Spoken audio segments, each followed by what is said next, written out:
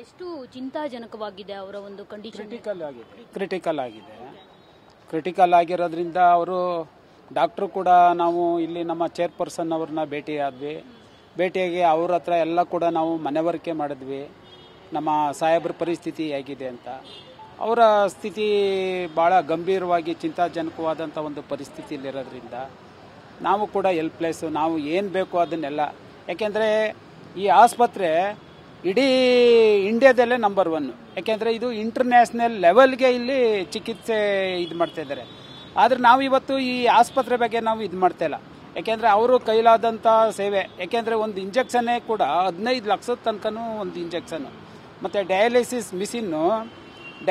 Machine ಏನು ಒಂದು ಅತ್ಯಾಧುನಿಕವಾದಂಥ ಇವತ್ತು ಏನಿದೆ, ಯಾರಿಗೂ ಅದನ್ನು ಉಪಯೋಗಿಸಿಲ್ಲ. ಇವರು ಅದನ್ನು ಇದು ಮಾಡಿ ಒಂದು ಒಳ್ಳೆ ಚಿಕಿತ್ಸೆ ಕೊಡ್ತಾ ಇದ್ದಾರೆ. ಆದ್ರೂ ಆ ಚಿಕಿತ್ಸೆ ನಮ್ಮ ಶಿವರಾಮ್ ಸಾಹೇಬರಿಗೆ ಸಾಕಾಗ್ತಿಲ್ಲ ಅಂತ ಅನ್ಕೊಂಡಿದ್ದೀವಿ. ಇದರಿಂದ ನಮಗೆ ನಮ್ಮ ಸರ್ಕಾರದ ಒಂದು ಇದೆ ವತಿಯಿಂದ. ಪ್ರಸನ್ನ ಡಿಸೋಜಾ ಹಾಲಣಬೆ ಕೃಷಿ ಮಾಡಿ ವರ್ಷಕ್ಕೆ 3 ಲಕ್ಷ ಗಳಿಸ್ತಿದ್ದಾರೆ. ನೀವು ಕೂಡ ಅವರಿಂದ ಕಲಿಬೇಕಾ? ಅವ್ರ ಜೊತೆ ವಿಡಿಯೋ ಕಾಲ್ನಲ್ಲಿ ಮಾತಾಡಬೇಕಾ? ಈಗಲೇ ಫ್ರೀಡಮ್ ಆ್ಯಪ್ ಡೌನ್ಲೋಡ್ ಮಾಡಿ. ಏನೋ ಒಂದು ಸರ್ವ ಪಕ್ಷದವರ ಗಮನಕ್ಕೆ ನಾವು ತರ್ತಿರೋದು, ಇಲ್ಲಿ ಒಂದೇ ಪಕ್ಷಕ್ಕೆ ನಾವು ಇದು ಮಾಡ್ತಾ ಇಲ್ಲ.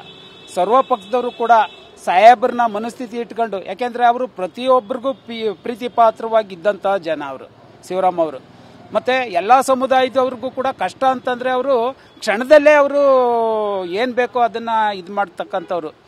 ಜೊತೆಗೆ ಒಬ್ಬ ಅಧಿಕಾರಿ, IAS ಅಧಿಕಾರಿ ಆದ್ರೂ ಕೂಡ, ಯಾವುದೇ ಒಬ್ಬ ಅಧಿಕಾರಿ ಆದರೆ ರಿಟೈರ್ಡ್ ಆಗ್ತಾನೆ ಅವ್ರ ಮನೆಗೆ ಒಬ್ಬರು ಹೋಗದೇ ಇರೋಂಥ ಪರಿಸ್ಥಿತಿ ನಿರ್ಮಾಣ ಆಗುತ್ತೆ ತಮಗೆ ಗೊತ್ತಿರುವಾಗೆ. ಆದರೆ ಇವರು ರಿಟೈರ್ಡ್ ಆದ್ರೂ ಕೂಡ ಅವರು ಅಧಿಕಾರಿಯಾಗಿ ಏನು ಪವರ್ಫುಲ್ ಇದ್ರು ಅದಕ್ಕಿಂತ ಹೆಚ್ಚಿನ ಪವರ್ಫುಲ್ ಇದ್ರು. ಹಾಗಾಗಿ ಇದು ನಮ್ಮ ಆಸ್ತಿ.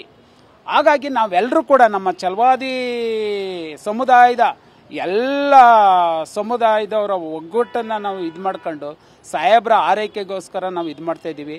ಮತ್ತು ಸರ್ಕಾರನೂ ಕೂಡ ಬಲವಾಗಿ ನಾವು ಏನು ಮಾಡ್ತಾಯಿದ್ದೀವಿ, ಒತ್ತಾಯ ಮಾಡ್ತಾಯಿದ್ದೀವಿ. ಯಾರ್ಯಾರು ನೋಡಿ, ನಿನ್ನೆ SC ಮಾದೇವಪ್ಪ ಅವರು ಬಂದಿದ್ದಾರೆ, ಅವರು ನಡ್ಕೊಂಡು ಹೋಗಿದ್ದಾರೆ, ಅವ್ರ ಗಮನಕ್ಕೂ ಬಂದಿದೆ.